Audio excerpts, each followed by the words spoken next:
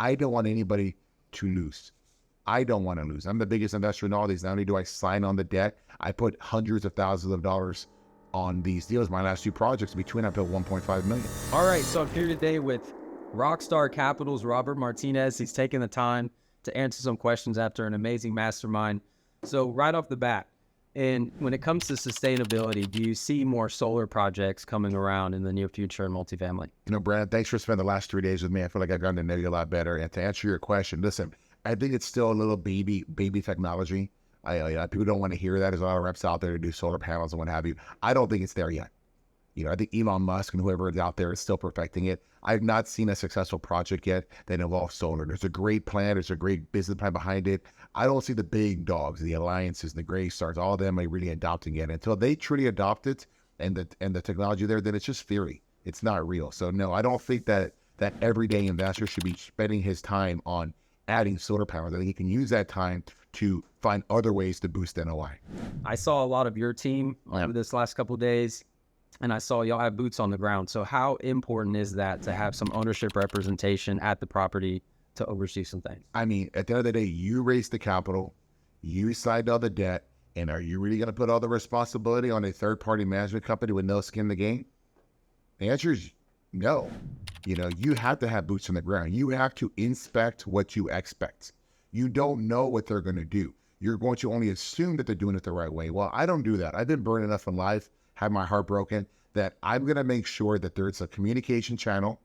We're going to talk weekly to daily about what my goals are for the property. See, property management is the body.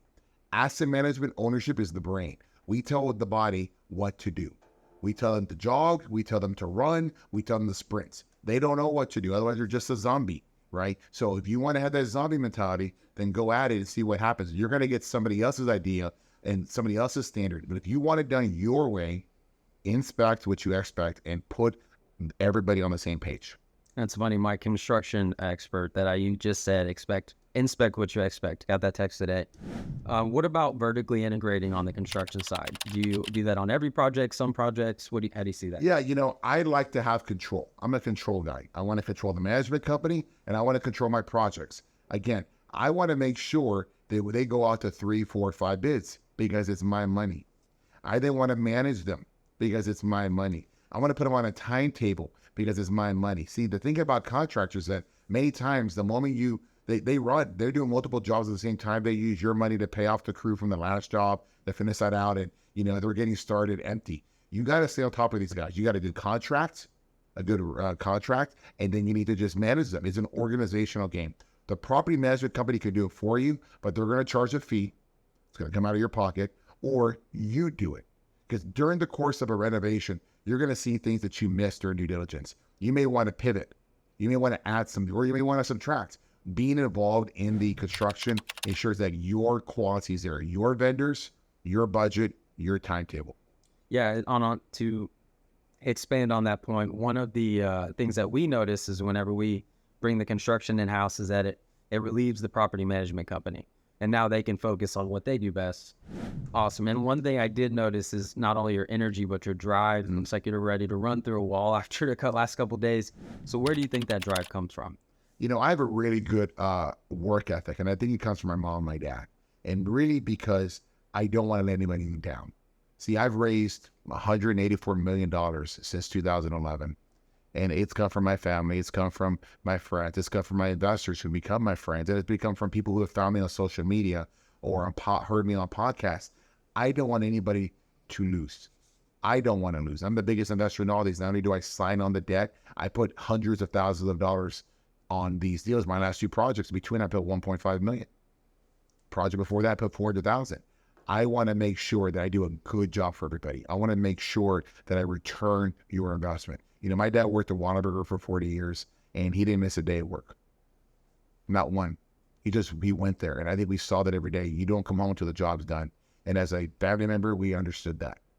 And so I saw that. I understand that we have to do what pays the bills. There's no cutting out. Like right now, we've spent 3 days at a mastermind. It's just after 4 o'clock, and I would love to go home. But most days, I don't leave here till 6 o'clock.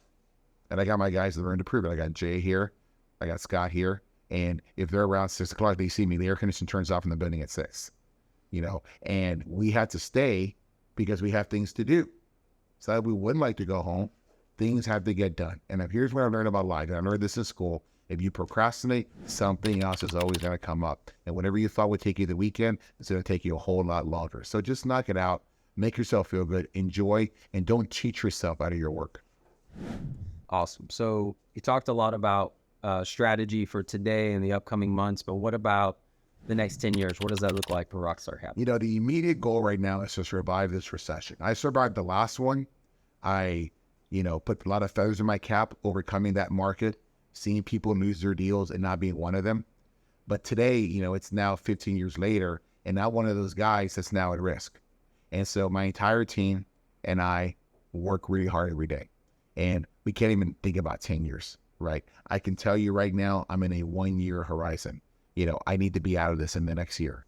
I need to be out of the situation I'm in because this market is the most turbulent market that I've ever seen. You see property insurance double overnight. You're seeing taxes continue to skyrocket. Payroll expenses are high, and you just don't know what's going to happen next. So all of our effort right now is not thinking of forward curves and 5-year, 10-year projections. I'm thinking, how am I going to get out of this project right now? How am I going to get to safety? I had 11 deals that have interest rate exposure. I've got 2 of them put to bed. I got 9 more with lots of investor equity in there that are counting on me to save those deals and put them to bed. At the same time, I have crazy insurance costs. My non-controllables are out of control. And I've got to find a way that I can mitigate that. So we're being very creative, right? The next 12 months are going to be crucial into anybody in the multifamily.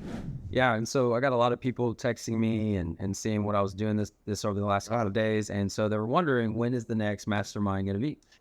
We're not sure yet, right? I think we have a schedule for September, but I'm here that this is such a great event that people really enjoy taking the curtain away and seeing the Wizard of Oz behind there, seeing what he's doing and seeing how we do it. I don't just talk theory like a lot of other guys.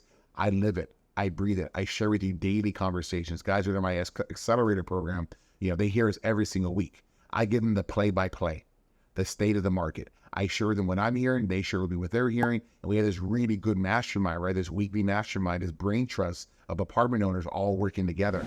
So I specialize in due diligence and CapEx management. And so hearing this guy and how he thinks operationally was just an honor and a pleasure.